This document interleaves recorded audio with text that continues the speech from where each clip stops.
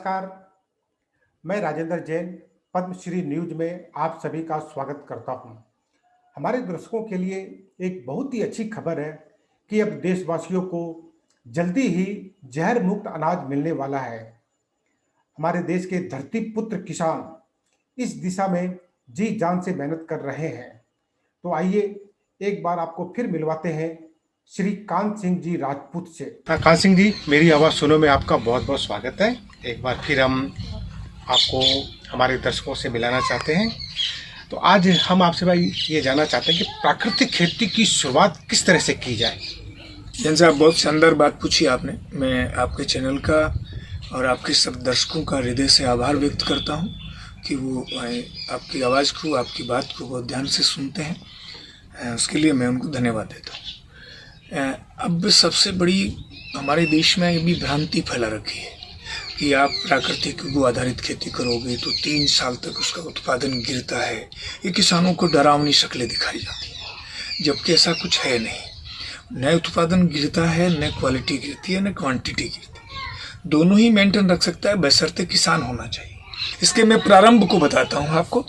जब हम खेत हमारा जो पड़े परत खेत को हमें दी, इसको तैयार करते हैं तो उसकी कभी भी गहरी जुताई नहीं करें। हल्की जुताई से, जो हीरा जिसको कहा जाता है पूरे हिंदुस्तान में, जिस 13, 14 या 16 तई का वो हीरा आता है, उससे वो उसकी जुताई, और इस जुताई को सुबह से लेकर के दोपहर तक करनी चाहिए, जिससे उसमें हानिकारक कीटाणु जो होते हैं, कीड़े मकोड़े जो हानिकारक होते हैं, जो वनस्पति को खाने वाले होते हैं, उनको पक्षी आकर के उठा के खा जाते हैं। दोपहर के बाद में पक्षियों के पेट भरे हुए होते हैं, उनको नहीं खाएंगे, दोपहर में नहीं खाएंगे। इसलिए जुताई जब भी करनी हो तो सुबह के वक्त करनी चाहिए। जुताई होने के बाद में इसकी बात जो है, जब बीजने की हम तैयारी करते हैं तो एक्चुअल में हमारे देश में, पूरे देश में एक परंपरा बना रखी लोगों ने।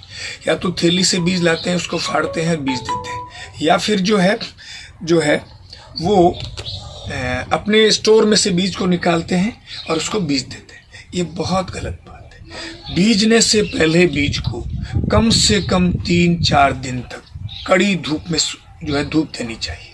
इसका विज्ञान है। जितनी वनस्पति, और ये जो जिसको घास कहा जाता है, वेस्टेज घास जिसको कहते हैं हम लोग, हालांकि प्रकृति में कुछ वेस्टेज है ही नहीं, लेकिन जनरल शब्द प्रचलित है, उसी को मैं आपको इस भाषा में समझाना चाहता हूँ। वो साल भर सूर्य की ऊर्जा लेते हैं। सूर्य ऊर्जा से इतने ताकतवर हो जाते हैं कि वो किसी बाधा से, किसी समस्या से, किसी रोग से, किसी अटैक से को डरती ही नहीं है। उन पर कोई विनाश नहीं होता उनका। इसलिए बिना पानी के भी जिंदा रहते हैं। कीड़े मकोड़े हानि पहुंचाने वालों के बावजूद भी वो जिंदा रहते हैं, क्योंकि वो सूर्य से पूरी ऊर्जा लिए हुए होते हैं। तो सूर्य से पूरा पोषण मिलता है बीज को। तो बीज को कम से कम 3-4 दिन तक कड़ी धूप में सूर्य का पूरा सेवन करवाना चाहिए। अब उसके बाद में आपकी जुताई हो गई, बीज का सेवन हो गया, फिर बीज का बीजोपचार होना चाहिए। बीजोपचार की एक सीधी विधि है। आप 20 लीटर का एक ड्राम लें, उसमें 20 लीटर में 5 लीटर जो है 5 किलो गोबर, इसको अच्छे से मिला करके और उस ड्रम में डाल दें। उस ड्राम को पानी से भर दें। उसमें आप जो है 100-150 ग्राम चारागाह भूमि की मिट्टी डालें और 150-200 ग्राम उसमें चूना डालें। इस घूम को आप 24 घंटे जो है वो क्लॉकवाइज घुमा करके और तैयार करेंगे। 24 घंटे में कितनी बार घुमाना? 2 बार। और ये घोल जो है, ये 1 क्विंटल बीज का उपचार हो गया। अब आपको पौध भी लगानी है तो जड़ें इसमें भिगो के लगा दें। इससे होगा क्या कि एक तो पौधे की अंकुरण क्षमता आपकी बढ़ जाएगी। जैसे 10 दिन में अंकुरण होने वाला 6-7 दिन में ही अंकुरित हो जाएगा। एक जड़ से संबंधित जो रोग जमीन में लगने वाले हैं, उन रोगों से रक्षा कवच का काम ये करेगा आपका बीजोपचार। ठीक है काशी, एक चीज़ मैं बोल रहा हूँ, जैसे ये घोल है, ये कितने दिन तक उसको हम रख सकते हैं? बस उसको 2-3 दिन से ज़्यादा नहीं रख सकते। उसको 2-3 दिन में उपचार करके काम में लेना ही लेना है। तो ये एक सीधा सा तरीका पहले बीजोपचार का है।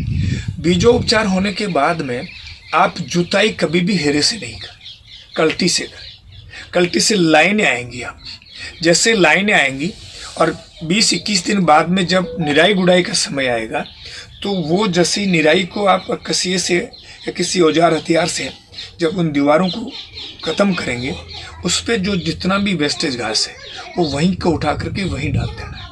एक काम वो दीवारें क्या करेंगी कि वो दोनों तरफ पौधों को प्रोटेक्शन देंगी।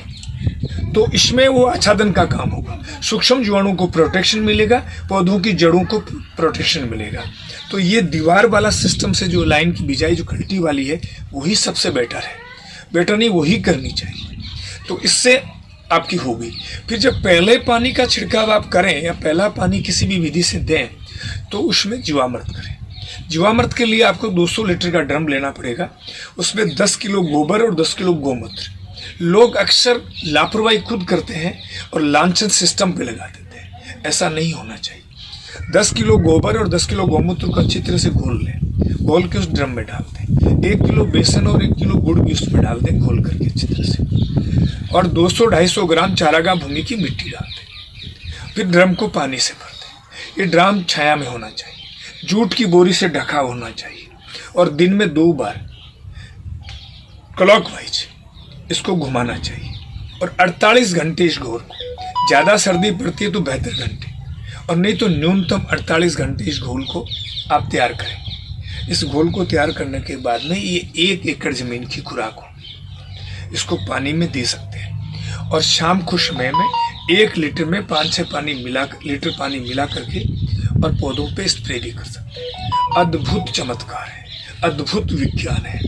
इसी घोल को आप 7-8 दिन तक काम में ले सकते हैं। लेकिन अभी हमने एक नया आविष्कार किया है जिसका सिस्टम मेरे यहाँ अब की बार आप आएंगे तो पूरा वीडियो बनने वाला है। अब तक हमारे सिस्टम में ये जीवामृत 7-8 दिन ही चलता था, लेकिन अब जो हमने आविष्कार किया है उसमें ये जीवामृत कम से कम 1 महीने तक चलेगा, और इससे गैस भी बन जाएगी। अब तक पूरे देश में जो गैस की सैलरी जो निकल रही है वो बहुत कोई काम की नहीं थी, उसकी गुणवत्ता से अब सीधा जीवामृत बन के बाहर निकलेगा। किसान को फोकट में गैस मिलेगी और सीधा जीवामृत, वो जीवामृत मिलेगा जो 365 दिन तक काम आएगा। उसी जीवामृत से आप गोबर के ढेर में डाल करके और उसको एकदम अच्छी तरह से मिला करके और जूट की बोरी से छाया में ढक के और 7-8 दिन में शानदार घन जीवामृत ले सकते हैं। उस घन जीवामृत को आप बीज के साथ बीज सकते हैं और निराई गुड़ाई के बाद में उसको खेत में डाल सकते हैं। तो ये पूरा का पूरा सिस्टम हमें करना पड़ेगा, हमें सीखना पड़ेगा, और उसमें जितना भी खेत का वेस्टेज है, मेरी किसानों से एक विनम्र अपील है कि खेत का एक भी अनावश्यक तिनका उनको नहीं जलाना चाहिए। यदि कोई व्यक्ति अनावश्यक रूप से खेत का एक तिनका जलाता है तो अपने जीवित पिता को जलाने के सम्मान पाप करता है, क्योंकि धरती का श्रृंगार जो है ये वनस्पति है। जैसे माँ का श्रृंगार कपड़े गहने हैं, वही ये इस माँ का गहने कपड़े वनस्पति है। इसको जितना ढक के रखोगे, जितना ओढ़ा पहरा के रखोगे, आप उतने ही फलीभूत होंगे। इसलिए पूरी खेती में आच्छादन होना चाहिए, पेड़ पौधों में आच्छादन होना चाहिए। और आच्छादन के 4 तरीके, मिट्टी का भी आच्छादन होता है, मृत जीवों के शरीर का भी आच्छादन होता है, वनस्पति का भी आच्छादन होता है, और हमारी सहवर्ती फसलों का, जैसे हमने गेहूं में सरसों बाई, चना बाया, मेथी बाई, धनिया बाया, इनके जो पत्ते झड़ते हैं उनका भी आच्छादन होता है। तो आच्छादन के 4 स्वरूप हैं, इनका पालन करना चाहिए, और एक फसल कभी नहीं बोनी चाहिए। उसमें इसका विज्ञान है। इसमें लोग कहते हैं कटाई कैसे, कि छोड़ दीजिए, 2% डाल दीजिए, कटाई नहीं करेंगे आप, लेकिन फ़ायदा क्या होगा वो अनेक होगा। आपकी जड़ों को प्रोटेक्शन मिलेगा। जो चने की जड़ को जरूरत है वो गेहूँ को नहीं है, और गेहूँ को जरूरत है वो सरसों को नहीं है। एक दूसरे को सहयोग करते हैं, कंपटीशन नहीं है, सहयोगात्मक रिश्ते बनते हैं आपस में। तो सहयोग करेंगे, जड़ संबंधी बीमारियां नहीं आएंगी और प्रोटेक्शन मिलेगा। तो ये सहवर्ती फसलें हमारी परंपरा में रहा है। हमारे देश में आप कभी भी देखेंगे कि राजस्थान, विशेष तौर से राजस्थान में 1, 2, 3 पानी बरसात बरस जाती थी, पूरी फसल हो जाती थी। लेकिन किसान जब बारिश होता है तो मूंग और मोठ भी होता था, उसमें गंवार भी डालता था, तिल भी डालता था, काकड़ी मतीरों की बेलें भी डालता था। काकड़ी मतीरों की बेलें पूरी धरती को ढक देती थी, तो आच्छादन होता था, और वो जड़ों आपस में प्रोटेक्शन देती थी। इसमें एक फ़ायदा और होता है कि 4 में से 2 फसलें निकल भी जाएँ तो 2 बच जाती, खेत खाली नहीं होता, बिजाई के और बीज के पैसे खराब नहीं होते, और आपकी फसल हो जाती। 4 हो गई तो बल्ले बल्ले, 2 हो गई तो भी बल्ले बल्ले। इसलिए हमारे पूर्वज बहुत बड़े साइंटिस्ट रहे, उनको नकारना नहीं चाहिए। इस आधुनिक विज्ञान का मैं विरोध नहीं करता हूँ, लेकिन आधुनिक विज्ञान के तौर तरीकों का विरोध करता हूँ। ये बहुत गलत ट्रैक पे चल रहे हैं। नाइट्रोजन फास्फोरस के तो भंडार भरे पड़े हैं। जितने 26 पोषक तत्वों को पौधों की जरूरत होती है वो जमीन में भरे पड़े हैं। और रेत के टीलों वाली जमीन में भी है, चिकनी मिट्टी वाले में भी है। चिकनी मिट्टी वाले में सूक्ष्म जीवाणु को प्रोटेक्शन रहता है, इसलिए वो जिंदा होते हैं, इसलिए वो धरती उपजती है। रेत के टीले वालों में सूक्ष्म जीवाणु को प्रोटेक्शन नहीं होता है, इसलिए वो जमीन जो है उपजती नहीं है, सीधा सा है। तो वो सूक्ष्म जीवाणु को प्रोटेक्शन कैसे करें, वो मल्टीप्लाई कैसे हो, और इसमें अहम रोल होता है देसी गाय। देसी गाय नहीं समझ में आएगी तब तक ये कितनी भी सरकारें आ जाएं इस देश में, किसान का कल्याण। उस किसान के साथ में बहुत बड़ा अन्याय ये है कि अज्ञान ने इतना बड़ा डेरा डाल लिया है, इतना बड़ा डेरा डाल लिया है कि उनको पता ही नहीं है कि कस्तूरी हमारी नाभि में है। वो उछल कूद कहीं और ढूंढ रहा है। अब आज के इस देश के किसान को जामवंत की जरूरत है, ज्ञान की जरूरत है। शक्तियों का भंडार भरा पड़ा उसके पास में, लेकिन वो सोई भी शक्तियां हैं, वो एकदम आवरण से ढकी भी शक्तियां हैं। किसान को 1 रुपया घर से बाहर निकालने की जरूरत नहीं है, वो इतनी शक्तियों से भरा पड़ा है। लेकिन अब धीरे धीरे वो नपुंसक होता चला जाए। आज 30 साल के नौजवान किसान को कह दो कि 3 किलोमीटर पैदल चलना, पसीना छूट जाता है। क्या वो किसान 48 के टेम्परेचर में, 50 के टेम्परेचर में, और मज दोपहर में 1 बजे 12 बजे वो सूर्य और धरती दोनों से अटखेलियां करे। धरती अपने यौवन पे तपती है, सूर्य भगवान अपने प्रकोप से उसको डराता है, लेकिन वो परवाह नहीं करता। पूरा बदन लथपथ पसीने से और लू के थपेड़े से वो आनंद की अनुभूति करता है। वो किसान होता है।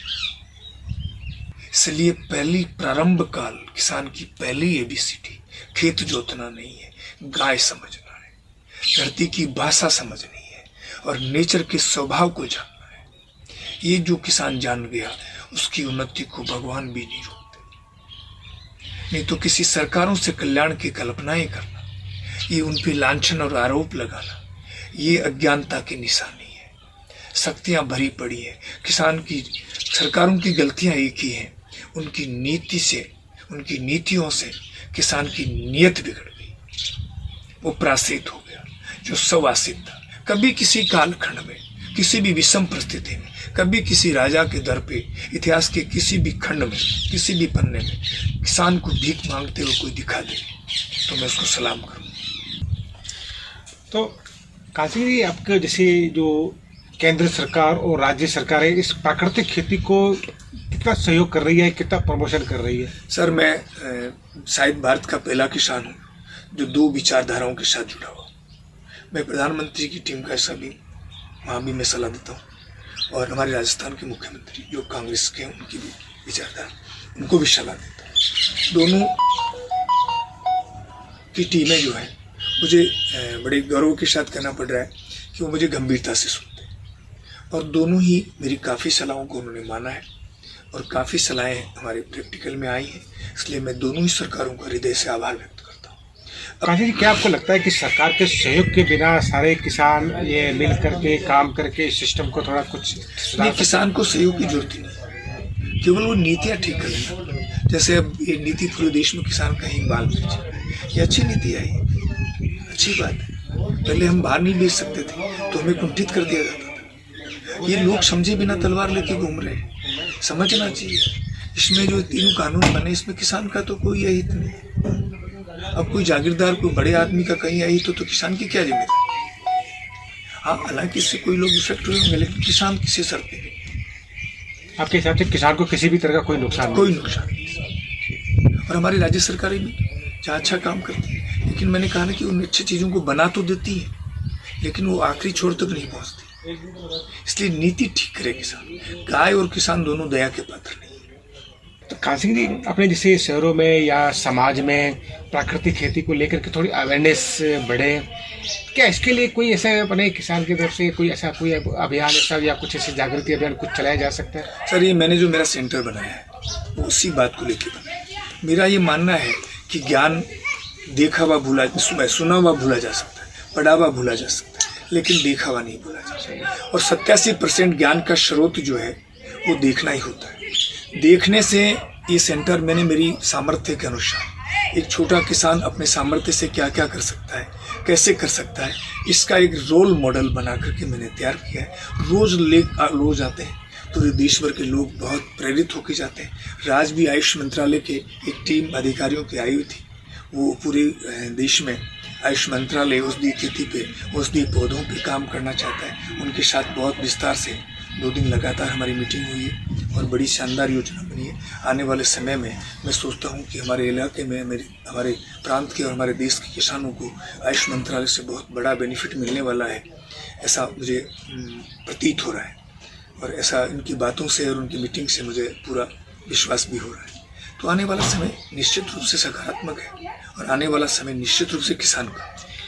तो कासिम जी, जैसे आपका तो जैसे यहाँ पर काफ़ी नाम है, और अब बाकी के जो किसान लोग जो कर रहे हैं प्राकृतिक खेती, अब सोसाइटी वालों को या शहर वालों को कैसे पता चले कि हर आदमी तो आप तक पहुँच नहीं सकता, तो ये कैसे पता लगे कि ये आदमी, या तो आप उनकी लिस्ट जारी करें प्राकृतिक खेती की एक कमेटी बना करके कि ये जो किसान है हमारे इस ज़िले में ये सारे प्राकृतिक खेती कर रहे हैं, ये हमारी तरफ से उनकी ये वर्बली सर्टिफिकेट है, तो शायद उनका भी कुछ। सर, एक बहुत शानदार बात कही आपने, लेकिन मेरा ये मानना, हमारे राजस्थान में एक कहावत है, कोई नई नवेली दुल्हन थी, उसकी डिलीवरी होने वाली थी पहली साल, तो वो अपनी सास से कह रही है कि सासू जी आप वो मेरे चीज चल रहे, दर्द उठे तो मुझे जगा लेना। तो सास ने कहा कि दर्द उठेगा ना तो तू पड़ोसियों को जगा ले, तो कम से कम शुद्ध खाने का दर्द तो उठे, दर्द उठेगा तो किसान भी मिल जाएगा। लेकिन घर बैठे बिना दर्द उठे कोई नहीं मिले। अब आपके दर्द था, मेरे दर्द था, इसलिए आप और हम मिल गए। न मैंने आपको ढूंढा, न आपने मुझे ढूंढा, मिल गए। आपके मन में ये है कि ऐसा मुझे करना है, मुझे ये है कि मुझे ये संदेश पहुंचाना है, तो हमने ढूंढ लिया ना एक दूसरे। आप मेरे पास घर चल के आ गए, तो यही प्रक्रिया है, यही प्रक्रिया। दर्द उठना चाहिए, दर्द उठेगा, चीज़ चलेंगी तो सब चीज़ें की खोज हो जाएगी।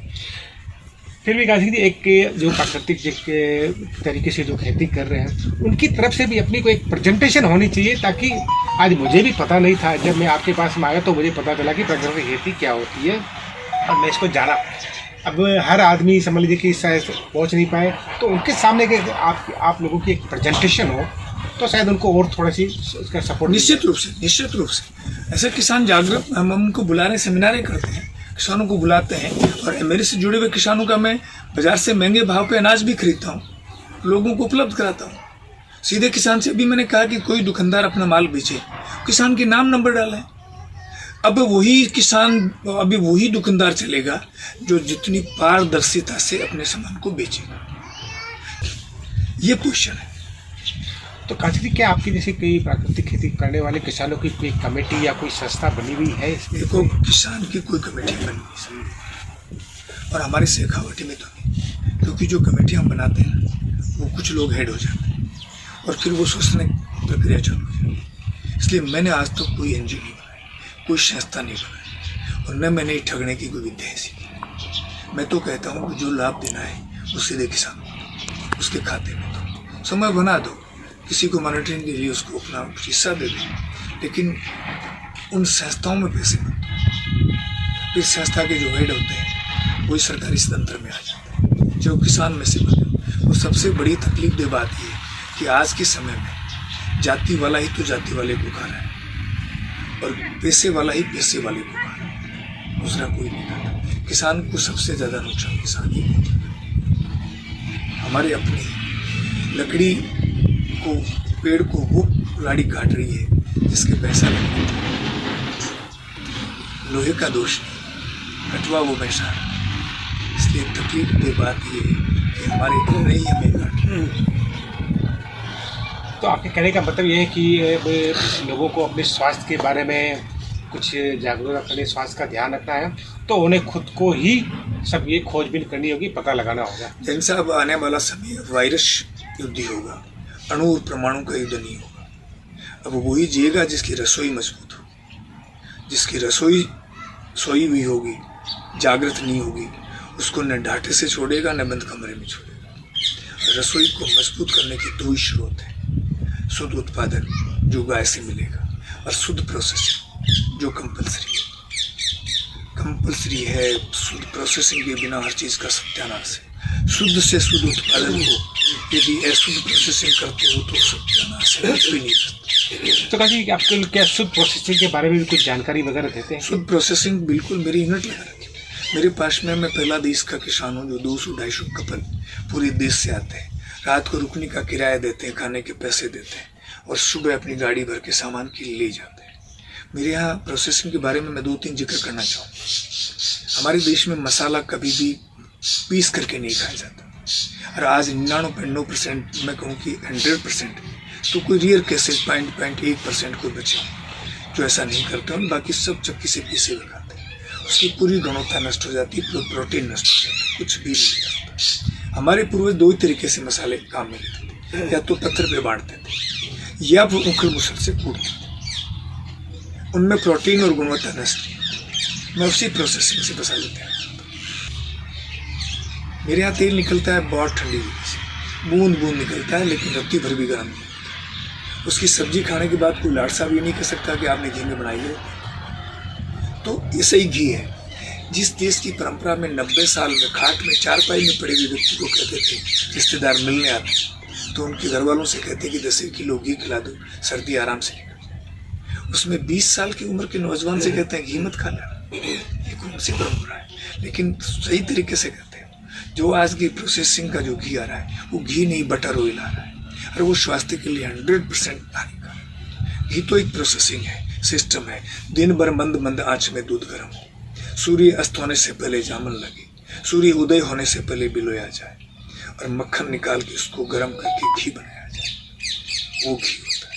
इसकी विशेषता है पतले आदमी को मोटा करेगा, मोटे को पतले करेगा, कोलेस्ट्रॉल रत्ती भर भी नहीं बढ़ने देगा और ताकत 9 रत्नों में से एक रत्न घी है। बाढ़ में डालो तो बाढ़ को हरी कर देगा। मुर्दे में भी जान फूकने का सामर्थ्य किसी में है तो घी में है।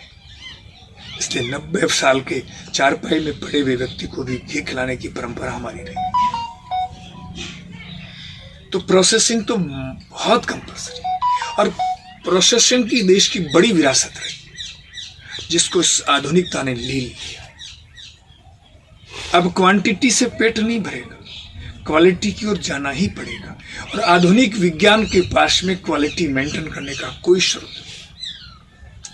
हम जैसे पागलों के पास आना ही पड़ेगा, कोई दूसरा रास्ता नहीं। चैलेंज करता हूं मैं तमाम दुनिया के साइंटिस्टों को कि वो एक भी लक्षण बता दें जो आधुनिक विज्ञान में क्वालिटी मेंटेन करने के स्रोत। एक भी नहीं।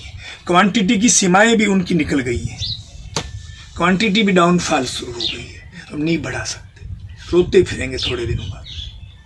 भयंकर अकाल आएगा यदि हम नहीं चाहते। यदि हमारी क्वांटिटी को मेंटेन रखना है, क्वांटिटी को बढ़ाने का कोई स्रोत है तो हमारी गो आधारित प्राकृतिक खेती, जिसका जिक्र सुभाष पालेकर ने किया।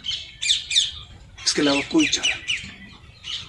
कासिम जी, आपने जैसे ये जमीन तैयार करने के बारे में बता दिया, बिजाई के किसी की जाए बता दिया।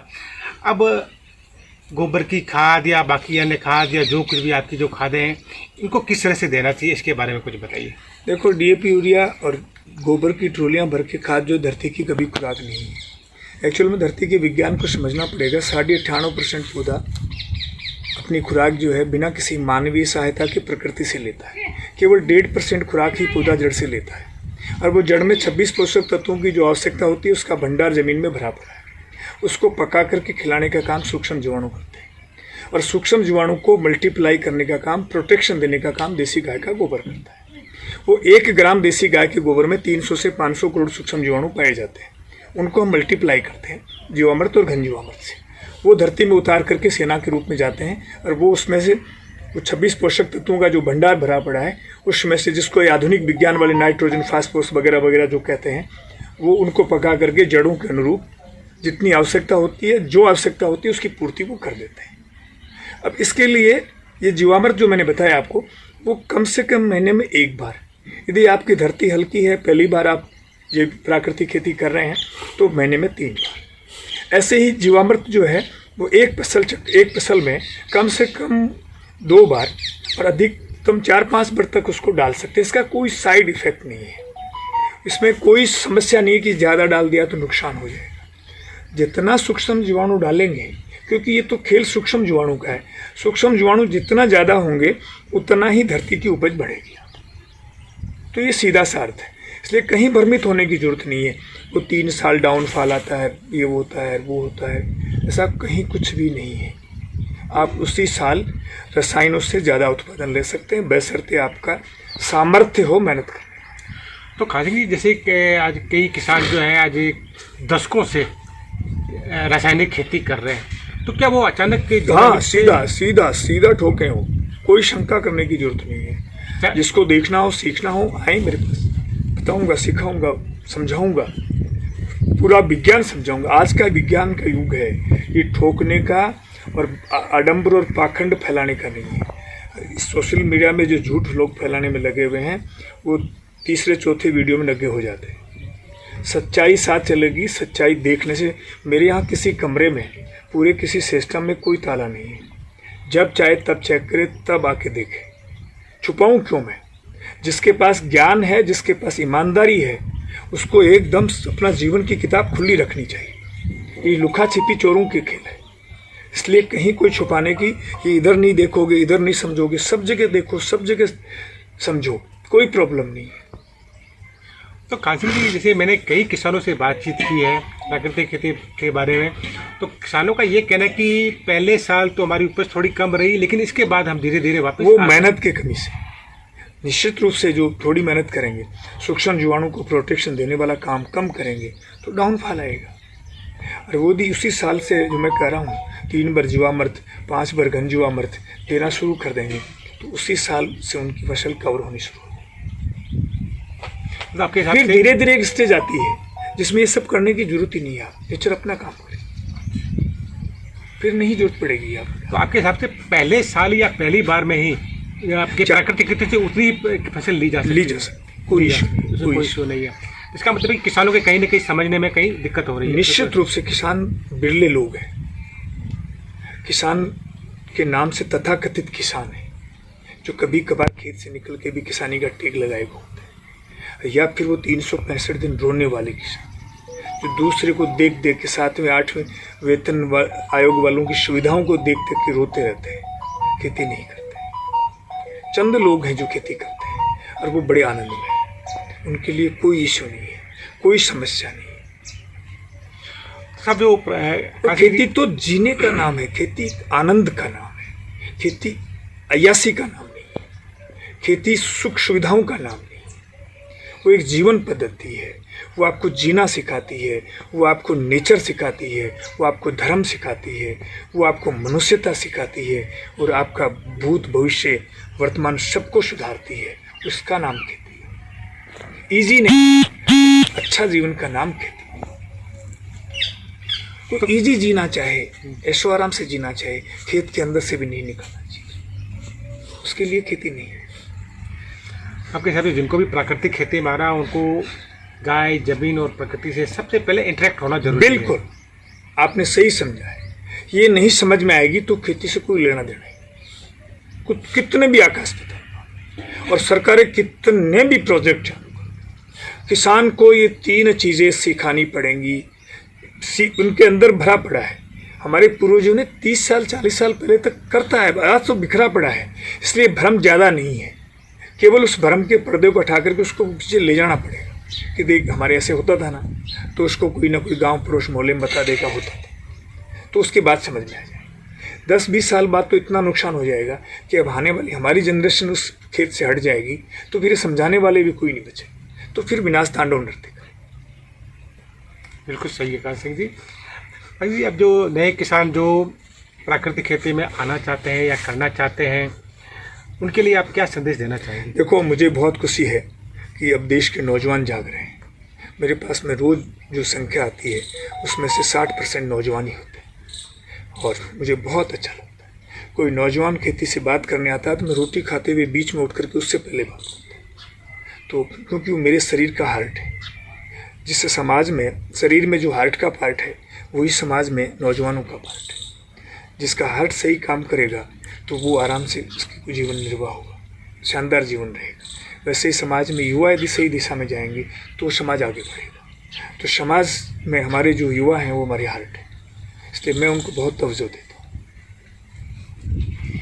एक सवाल और कान सिंह जी, कि जैसे आपने बताया कि ये जीवामृत देने के बाद में ये आच्छादन देना चाहिए, मल्चिंग देना चाहिए, ये बहुत ज़रूरी है जीवों की रक्षा के लिए। तो क्या जैसे ये जो इससे पहले वाली जो फसल थी उसी का लिया जा सकता है या अलग से भी देना चाहिए? नहीं, किसी तरह का उसमें कोई वो नहीं।